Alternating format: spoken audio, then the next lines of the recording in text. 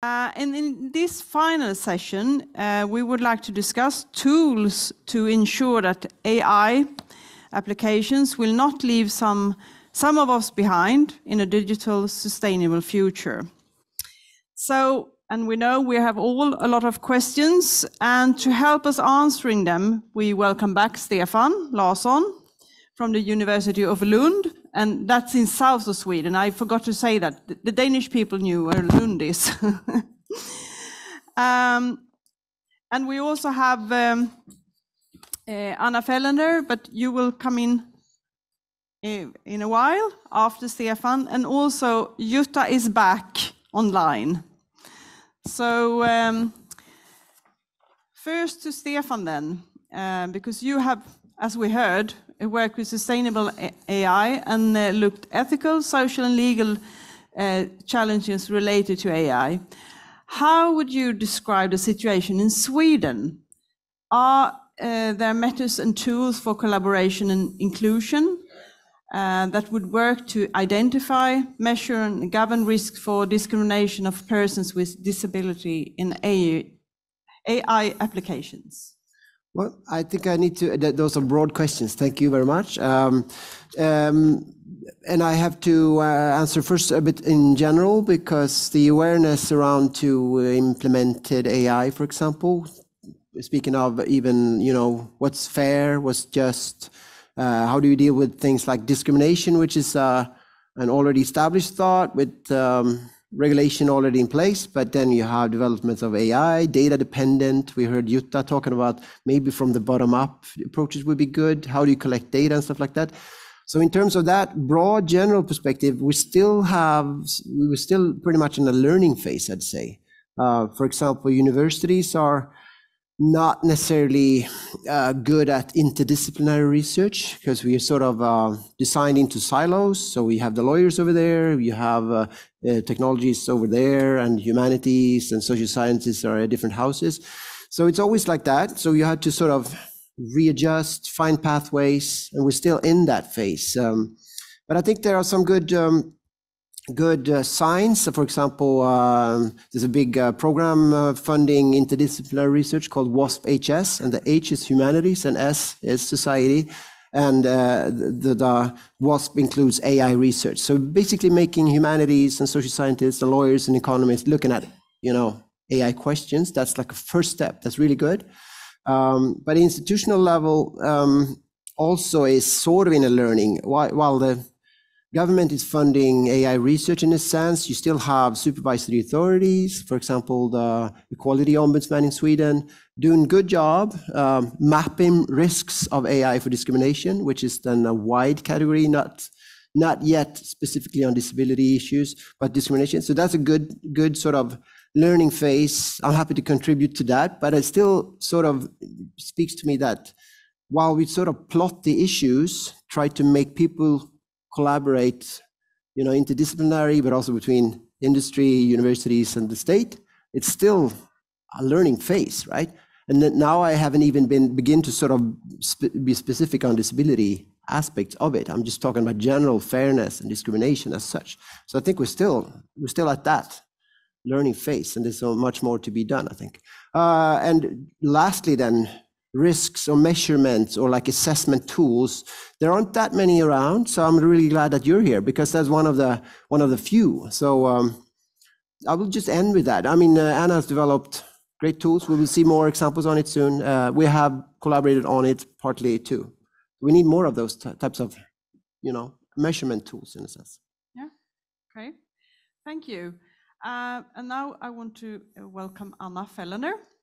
And you have a long background from banking and digitalization in society. And together with a multidisciplinary research group, you founded a platform for ethical AI governance, and that aims to comply with EU regulations and taking into account the ethical, legal, and societal ramifications of AI. So I understand that you have met before, because I saw when you were like good friends. So Anna, I have two questions I give to you, and then I know you have a small video as well. Yeah. So how would you describe the issue faced by organizations to analyze applications from a disability inclusive perspective?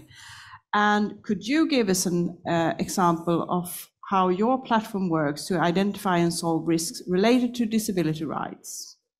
Yeah, so please. Thank you. So first of all, thank you for having me. It's a fantastic opportunity to be here and listen in. And as Lotta said, me and Stefan, we started our research in 2016. So with the difficult task of multidisciplinary research, we found an ethical AI risk assessment methodology with the business, technical, and legal perspective integrated.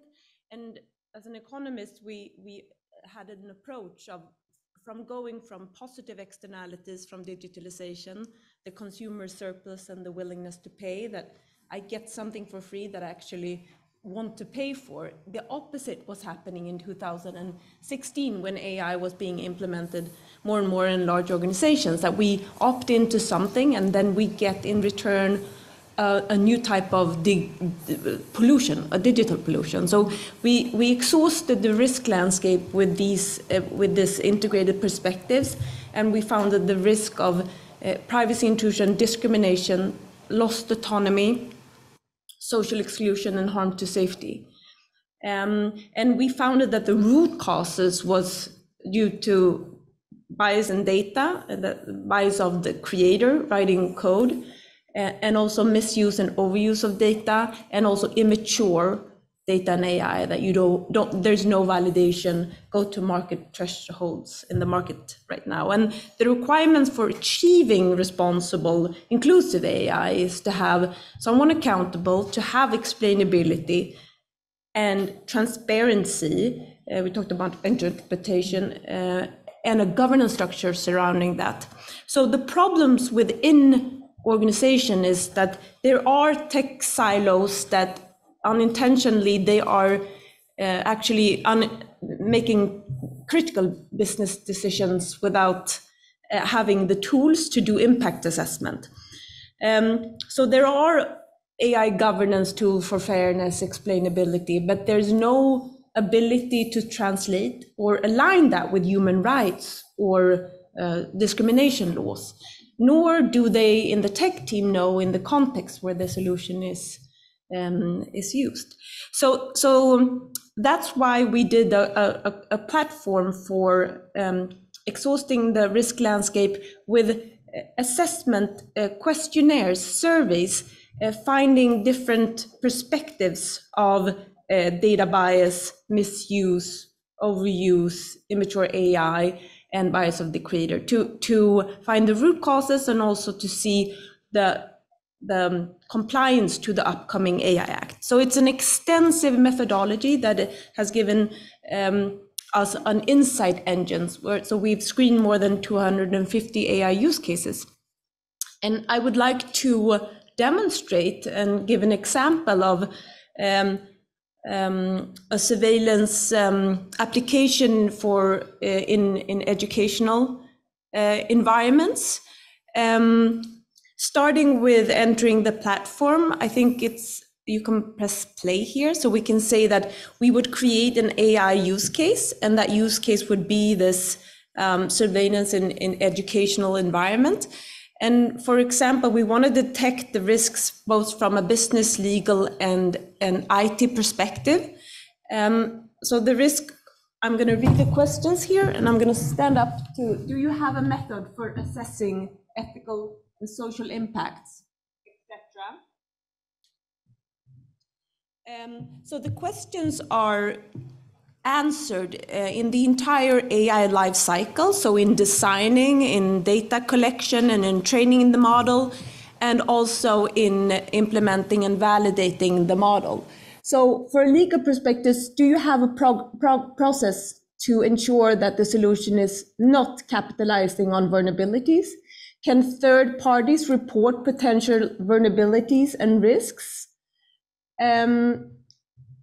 Furthermore, to tech people, do you have a system in place for ensuring that the data is reflecting a sufficient board representatives of the population? Do you have a progress for detecting unwanted data in your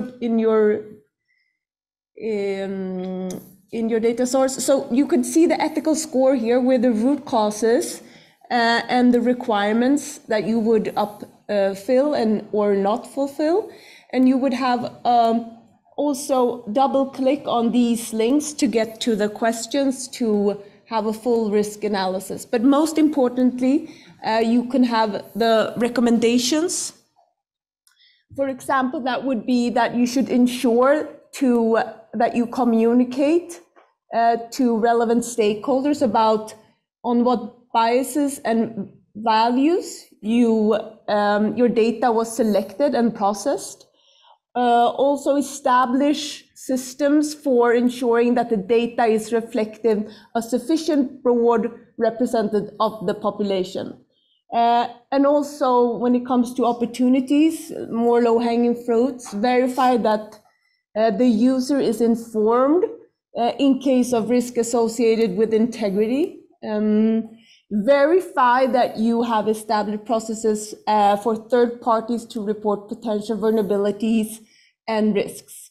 So this is just an example on that you can ensure that within the entire process of getting an AI application, in this case a surveillance, that you would have tested and vetted the data so that the entire population has been included, and also that you could have the algorithm train to not to discriminate this any type of disability or ensuring disabilities rights.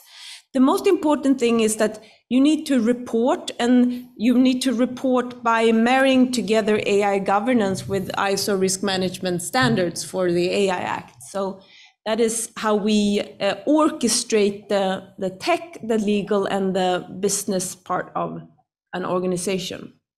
So I think every board with both the AI Act, but also the EU Liability Directive, will have eyes on them to report their ethical AI performance, and that the AI is inclusive and responsible and trustworthy. Good, thank you. So I heard some things here about we are still learning, we have the silos, still have the silos, but this could be one way to what do you say? Align? Yeah, align, thank you. It's because there are a gap between different parts in the society. And here you have shown the platform. So thank you for that. And now over to Canada again. Jutta, you're still with us. So now we are eager to listen to you again. And so what's the situation in Canada? Are the tools for impact assessment, do you have the tools to assessment of human rights? And if you don't have it, what would you like to see?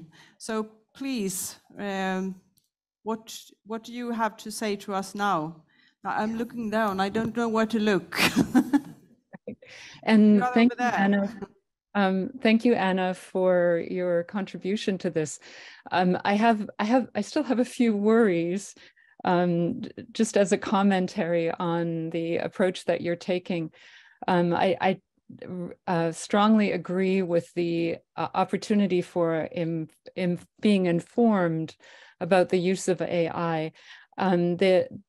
One worry I have about worrying or about immaturity, or the metric of immaturity, is that what we've found is that, in fact, the more advanced and mature the models become, the more the discrimination against people with disabilities increases, because AI is often a discriminatory tool. That is the intention of it. It is to discriminate between what is considered the optima and what is not.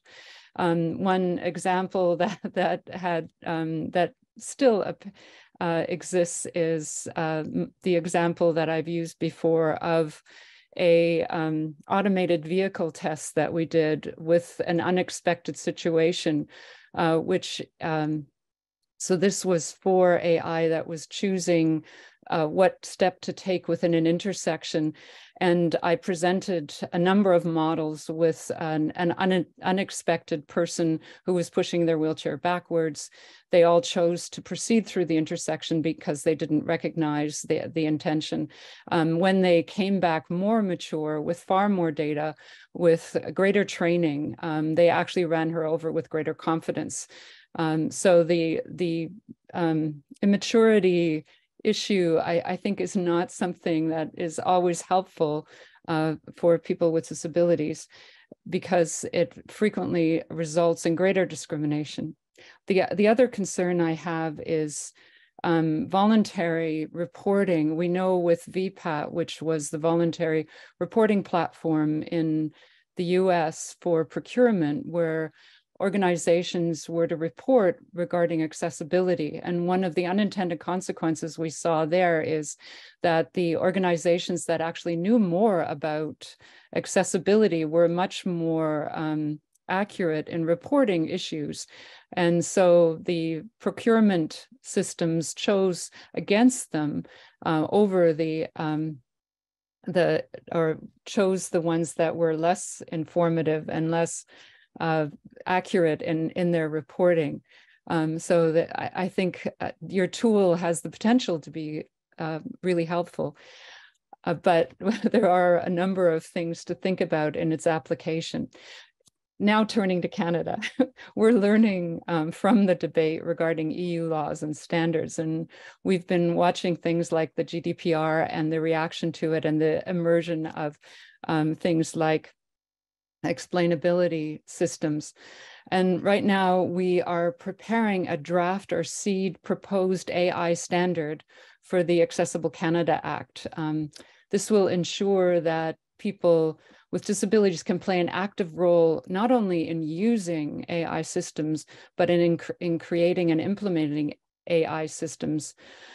So the tools and processes to design, develop, deploy, improve AI are accessible. We're also hoping to support informed choices about how decisions are made about you and the level of human in the loop alternatives that you can choose. We also want to create meaningful contestation systems with liability borne by the implementers of AI, not the people that are adversely affected by the AI, which tends to be the case in much legislation, where the burden is borne by the person that is feeling the harm.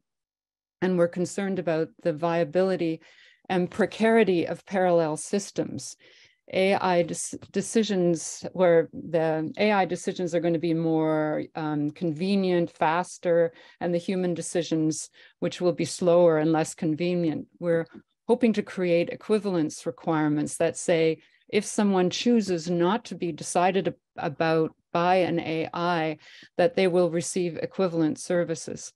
Also, if people with disabilities choose to be excluded from AI decision-making because of greater vulnerability to harm, their data won't inform the improvement of the AI systems, and the AI systems will not recognize people with disabilities. So we're considering ways to ensure that AI learns from harm reports, complaints, contestation of decisions, etc. And because we're talking about, or we're including choice making with respect to how AI or humans will decide, we're also a little bit worried about skill atrophy where AI systems are deployed.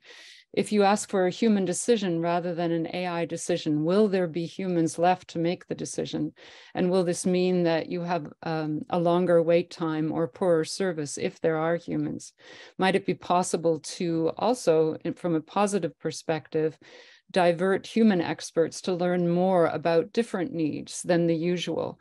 So it isn't the conventional decisions which can be turned over to and be mechanized by a formulaic AI, but rather that humans are reserved, or human expertise is reserved for those exceptions that require more human judgment.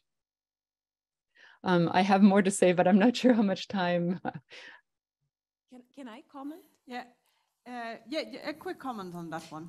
So I think this AI legislation and EU liability directive is actually demystifying the tech team, forcing the impact assessment with the human in the loop in every stage. And I think just that is just putting it's transforming the way we develop AI. And I think the AI governance within the tech silos, we need to throw off or just halt them, because we cannot use AI governance tools that have been made by AI engineers and understood by AI engineers. So the multidisciplinary view here is crucial. Really. So, Jutta, do you have something more you want to say now before, because I'm going to give the floor to all the three of you just for 1 minute or so. Sure, I can just make another comment. I think this is a very thorny and complex issue, and I think it takes a much more fundamental rethinking of a lot of things. To ward off the pervasive and diffuse harm of AI, we need to rethink the fundamental goals of AI. People with disabilities feel the brunt of all of the harms and as well as the opportunities. And I think thereby people with disabilities are probably the best guides as to what are potential future cracks, what are potential future innovations. We need to step back and ask, do we really want to do what we've done in the past more accurately, efficiently, and consistently? Because that's basically how we're using AI. We are mechanizing the things that humans are doing. Do we want to create convincing artificial humans? Look where it's taken us with respect to disparity, sustainability, let alone justice and people with disabilities. If we accelerate, amplify, and automate those same patterns, we're only making things worse. And as I mentioned in the other panel, even those wonderful life-changing assistive technologies that use AI work well for someone that matches, say, the average training set. If you stray from the average, a different language, a poorer environment, etc., the system doesn't work that well. And this often means that the system doesn't work for the people that need the assistive technology the most. So even when we're considering those great opportunities, I think we need to rethink how we are determining them, how we're measuring. Can we create systems that are built on community values and that prioritize people who currently can't use or have the greatest difficulty using the systems and functions first, rather than using AI to optimize past successes and thereby reduce diversity? Can we use it to support diversification? This means a really fundamental rethinking of many societal conventions, not just AI.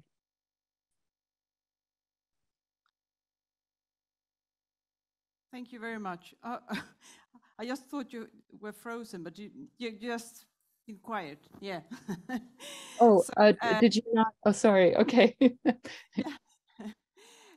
So after that one, just a quick round, the three of you. So what would you propose as the most urgent measure right now in order to include disability rights in AI development? That's a very nasty question, just very short answer. So Anna, you first. So in human in the loop in every stage of the AI life cycle, and that impact assessment in every stage with the focus on disability rights, that's a good start. Thank you. That was all, yes. And Stefan, what do you say to that? I like that, but I was stuck at Jutta's commentary. I think it was very good, but it's potentially a large one. A friend would say it's capacity building. Since I'm working in academia, I'm thinking of how hard it is, but how necessary it is to make those types of sciences that deal with technology development that tends to talk about ground truths and to calculate things and find patterns in it. They are very much categorizing things, right? That's the math sciences. To make those be able to communicate with the other types of sciences that deal with, contextuality, power awareness, or resist traditional categories of things, which is what I hear partly from Jutta also, like how do you make those two sides talk so we don't just have the positivist sort of math style sciences to develop these things imposed on all of us. So we need to find a way to do that. So that's sort of capacity building. Okay, thank you. And back to you, Jutta. Right. And I had an answer, but some of it is already covered. So I want to make a different point, and that is our main tenet within our center is that diversity is our greatest asset and inclusion is our greatest challenge. And it permeates everything, and including this question, because of course embedded in the question is that there is one priority, there is a best, there's a solution, there's a fix that we need to determine is the only thing, when in fact, I think even in this, we need to think about a diversity of approaches. There is no one size fits all that's going to address this issue. And if we think we've got a fix, or we've succeeded, or we've found a solution to AI ethics or disability discrimination, then we won't be prepared for the next uncertain crisis that comes, and we will definitely be leaving people out. So even in our seeking of an approach rather than a solution or fix, I think we need to think about diversity. Yeah, so that's a good final word from this panel, I think. And I know there are questions out there, but we don't have time now. And I promised that one before. Yeah, a quick one. Well, thank you. I mean, it's interesting to learn what you think about that in Sweden. I'm from Germany, and I just want to give you an example from my country, how we are dealing with that issue. We have an ethical advisory board in Germany, which is very influential. And they have just published on behalf of the government the results of their studies. And I just read one sentence. Software systems do not have reason. They don't act themselves. Therefore, they can't take over responsibility. AI should only be permitted to expand human development, never to diminish it. And this is very much discussed now in our government, and I think they are very, very cautious about the activities in the European Parliament. Just a statement giving you the perspective of my country. Thank you. Thank you. Thank you for that. And I think that you all have your examples from where you come from, but I think you have the board meeting. Some of you are going to a board meeting tomorrow. Then I know you can continue to discuss and exchange between each other. So as we can hear, there are so many new questions about this. I think you all have them, but we have learned a lot from you, and together we can continue to work on with this. So a big applause for this panel. And thank you, Jutta in Canada.